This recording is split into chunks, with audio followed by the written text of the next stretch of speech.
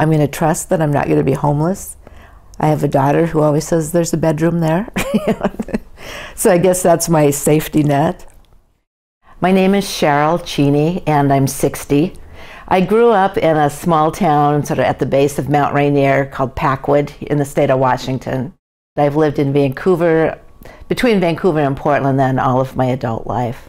I gave up like a scholarship when I was young to get married. Now that seems like really bizarre. But anyway, I got married, and it was during the Vietnam War, so a lot of stuff was going on. And my husband, we came back from our honeymoon, and his draft papers were waiting for him. And so decided to have a baby. And so I did get pregnant right away, and he was able to get one of the last deferments for family deferment. So I had 3 kids and started college, just dove in full time, and I was volunteering at Planned Parenthood. So then after I graduated, then I started working there. I've worked a little bit like in the medical field, but most of it, I would say 25 years, has been either social service or corrections. I especially love working with people who've done a long time in prison. It's very rewarding. And so the program that I have been working with has been funded by the Department of Labor. And it ran for 4 years, and then at the end of the 4 years, I think probably with the political change, they decided that they really wanted to study the 24 programs that had been funded in the United States.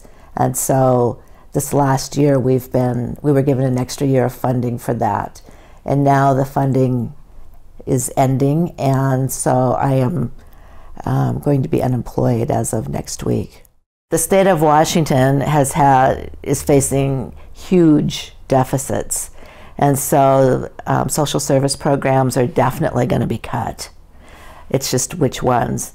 So I know that that's going to impact social service programs, and job openings. But I don't have a car payment. I moved into this apartment knowing that my job was going to end.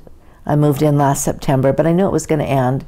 So, I didn't go to a lavish place, tried to figure out what I could survive on unemployment with. So, I guess I've really been sort of moving toward this for about 6 months, knowing that this was going to happen. See, that's the part I should be scared about. And I am, because I have a pre-existing condition. So I have to maintain my health insurance. And I know if I continue, with the health insurance I had through my job, it's going to be $350 a month. That's going to be my biggest stumbling block. I will volunteer. Social service agencies that are having cutbacks are going to have a greater need for volunteers. But to me, that's a job-seeking strategy, because you have to be out meeting people no matter what. But I consider everyone I meet as a potential, contact.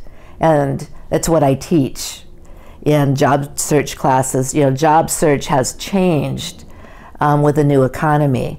And so we've had to teach people a whole new way to job search, which I now get to put into practice. But networking is one of the most critical things that people can do now. You can't just go put in an application or send in a resume and really expect that to turn into employment. It's like you have to job search now with body, mind, and spirit. So I think for people, who are my age and out of work, it's really broadening your horizons. Everything is a possibility. And it's not to say there aren't going to be a lot of disappointments, because there are. And I'm not being Pollyanna and thinking, that this is going to be easy to find another job. But I'm very resourceful. I've had to be, because of the the whole career track I've chosen, and finding resources for other people. I'm always thinking about what's possible.